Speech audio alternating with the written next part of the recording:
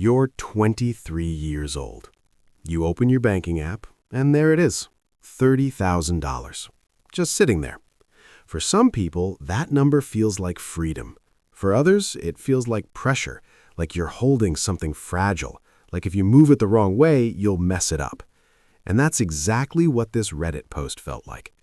A 23-year-old says, I have a little over $30K liquid. It's just sitting in a normal bank account, earning about 3.8% APY. I want it to grow more. I don't really know anything about investing. What do I do? I love this question because underneath it isn't really a math problem. It's a psychology problem.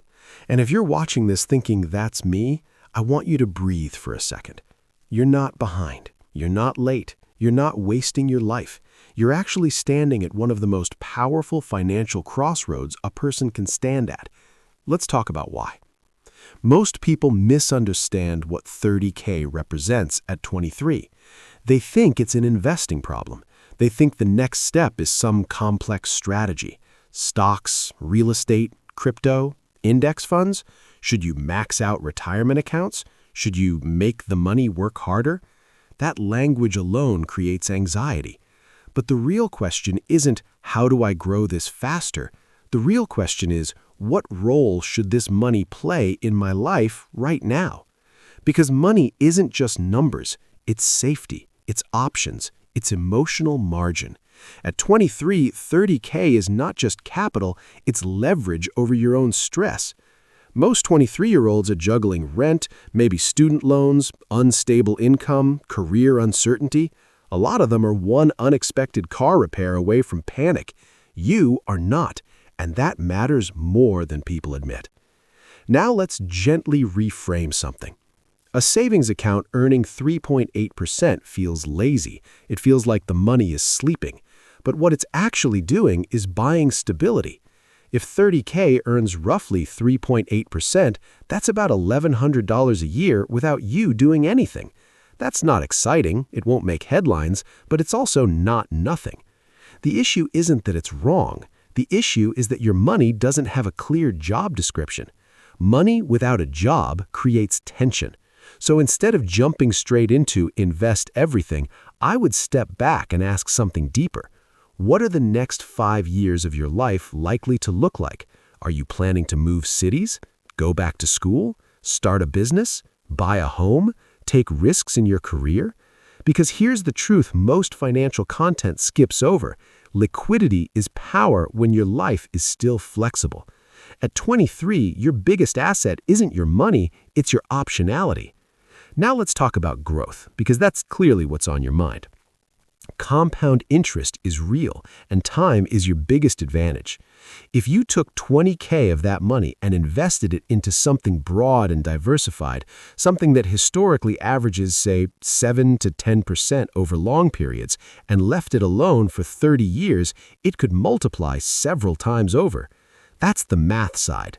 But math without behavior is fantasy. The real question is this: would you actually leave it alone? If the market dropped 20% in a year, and it will at some point, would you panic? Would you sell? Would you feel like you made a mistake? Because investing isn't about intelligence, it's about emotional control, and no one teaches you that part.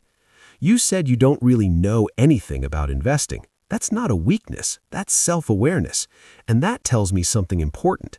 Before moving large chunks of money into markets, the first investment might actually be education. Not hype, not TikTok clips about passive income, but real understanding. Understanding what a broad market index is, understanding why volatility isn't danger, understanding why short-term drops don't equal long-term failure. When you understand what you own, you don't panic as easily. Now let's talk structure. If I imagine myself sitting across from you at a coffee shop, not as some guru, but just as someone a few steps ahead, here's the calm way I'd think through this. First, I'd make sure your foundation is solid. That means you have enough cash to cover several months of living expenses without stress, not because emergencies are scary, but because freedom feels better when you're not counting pennies during a setback. That might be 10K, maybe it's 15K. It depends on your life. That portion isn't meant to grow aggressively. It's meant to protect your nervous system. Then the remaining portion, that's where growth can enter the conversation. Not all at once, not dramatically, not in some cinematic "I'm going all in" moment, but gradually. Maybe you start by investing a portion, 5K, just enough to feel engaged, but not enough to feel exposed. You watch how it moves. You learn. You see what it feels like when the market fluctuates. You build tolerance. That emotional training might be more valuable than the returns themselves. Because once you realize that volatility doesn't equal catastrophe, you start thinking longer term. And long-term thinking is where wealth quietly compounds. Here's something else that matters at 23. Your earning potential. $30,000 feels big right now, and it is, but over your lifetime, your ability to earn, save, and invest consistently will matter far more than optimizing this first 30K perfectly. If you build habits now, automatic investing, controlled spending, continuous learning, this won't be the last 30K you manage. It will be the first of many. That perspective reduces pressure. Now let's talk psychology again. There's a hidden fear in this Reddit post. What if I waste this opportunity? That fear is common, especially among people who grew up without much financial guidance. But here's the quiet truth. There is no single perfect move here. If you leave it all in savings for another year while you learn, you didn't ruin your life. If you invest gradually and the market dips, you didn't ruin your life. If you split it between cash and investments and adjust over time, you didn't ruin your life. Financial growth is rarely about one dramatic decision. It's about dozens of calm ones. And the real turning point in this whole situation isn't about picking the highest return asset. It's about realizing that money is a tool to support your life, not a test you can fail. When you stop viewing investing as a performance metric and start viewing it as a system, your anxiety drops. Systems beat intensity. A simple system might look like this. Keep a strong emergency cushion, start investing consistently into something broad and diversified, continue adding to it monthly, and increase contributions as your income rises. Nothing flashy, nothing viral, but steady. Because the real superpower at 23 isn't aggressive investing, it's time. Time allows mistakes to heal. Time allows markets to recover.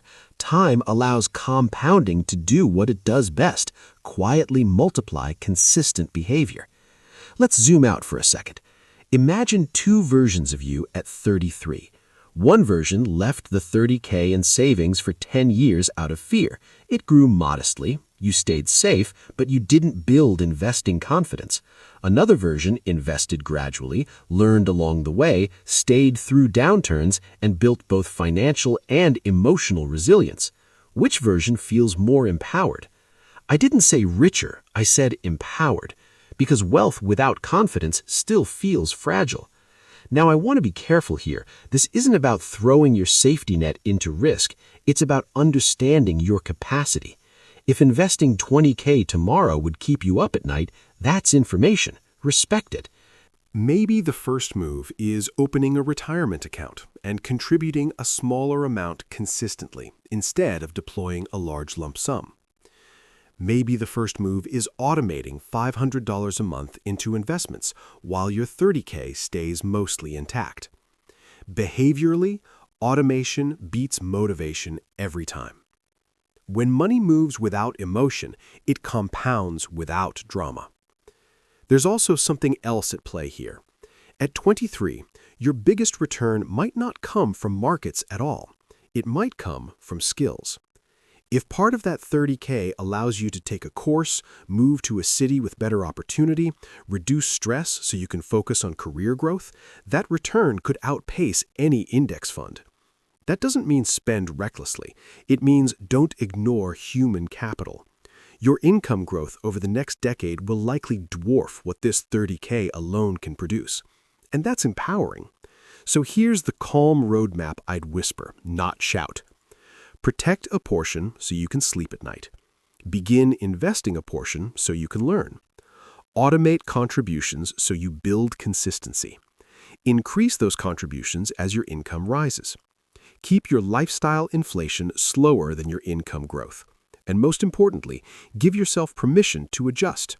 You are not locking yourself into a lifelong contract with your first decision. Money is fluid. Strategy evolves. The biggest mistake at 23 isn't choosing the wrong investment. It's letting fear or perfectionism freeze you completely. There's something beautiful about where you are right now. You saved $30K before most people even understand budgeting.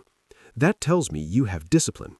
Discipline combined with time is powerful.